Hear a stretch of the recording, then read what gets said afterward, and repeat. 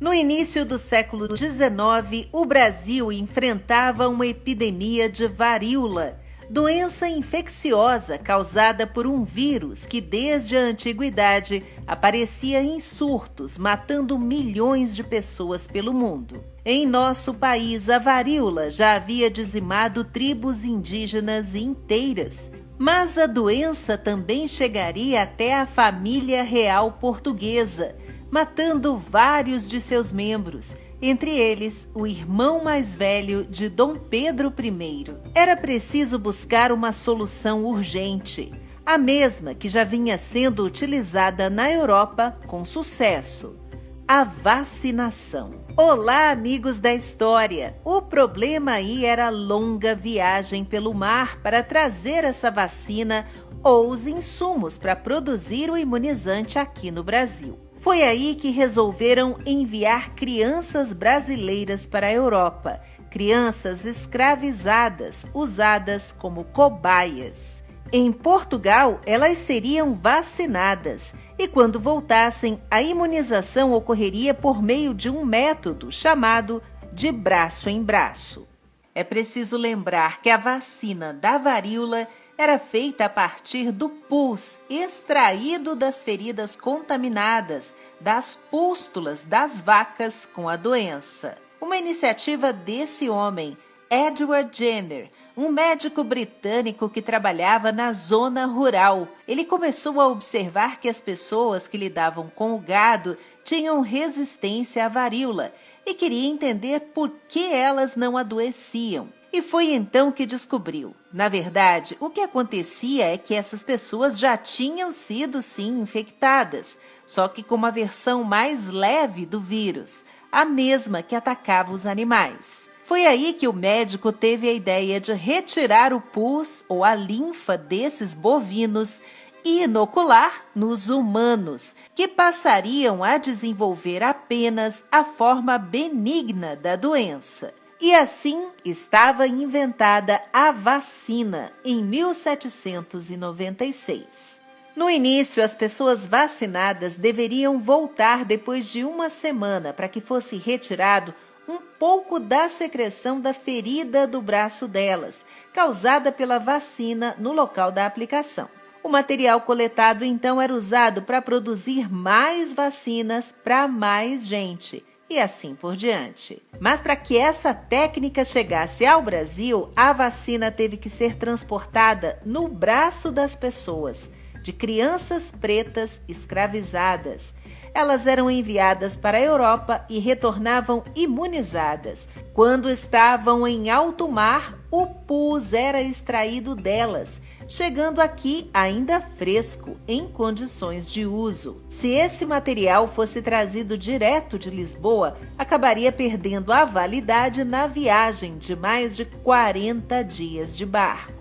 De acordo com o escritor e pesquisador Paulo Resutti, autor de vários livros sobre a história não contada do Brasil, colônia e império, foram comerciantes baianos que decidiram importar o pus vacínico da Europa. Primeiro enviaram 7 meninas e meninos pretos como cobaias para trazer a vacina de Lisboa para a Bahia. E a partir de 1805, esse mesmo método passou a ser utilizado para transportar a vacina nas próprias terras da colônia, como revela o historiador Filipe dos Santos Portugal, autor de um estudo sobre esse tema, que explica como um certo número de pessoas, geralmente escravizadas, eram enviadas até o local de origem da vacina e depois vacinadas, braço em braço, até que ela chegasse ao destino.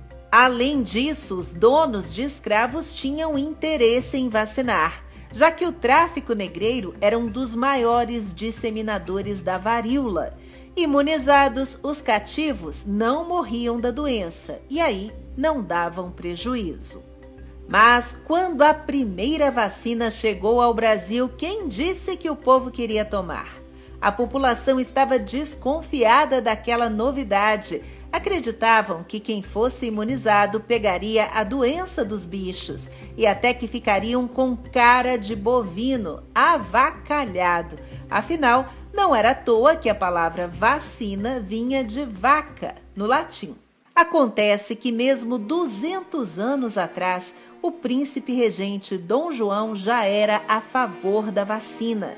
Ele havia perdido um irmão, uma irmã e um cunhado por causa da doença.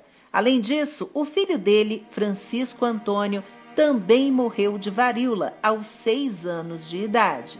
Mas a mãe de Dom João, Dona Maria I, tinha uma posição contrária, tanto que não quis vacinar Dom José, o filho criado para governar Portugal. Ele morreu de varíola aos 27 anos e Dom João virou o herdeiro.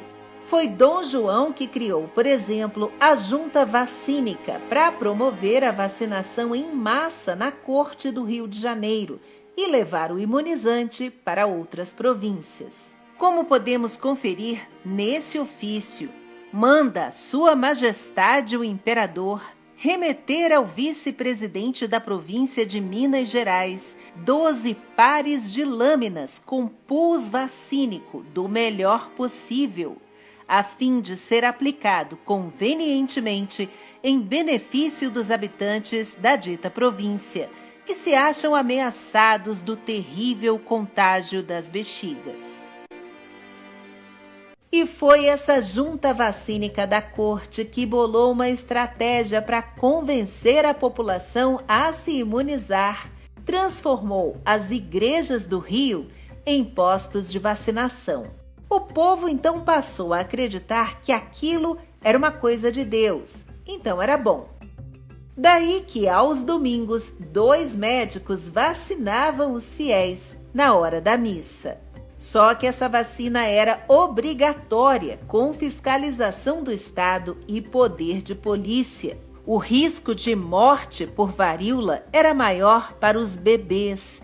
Entre os sobreviventes, as sequelas mais comuns eram muitas cicatrizes na pele e cegueira. Com as campanhas de imunização, em 1980, a doença foi considerada erradicada no mundo. Se você gostou desse vídeo, por favor, deixe o seu like e considere se inscrever no canal para acompanhar as novidades. E até a próxima, com uma história a mais.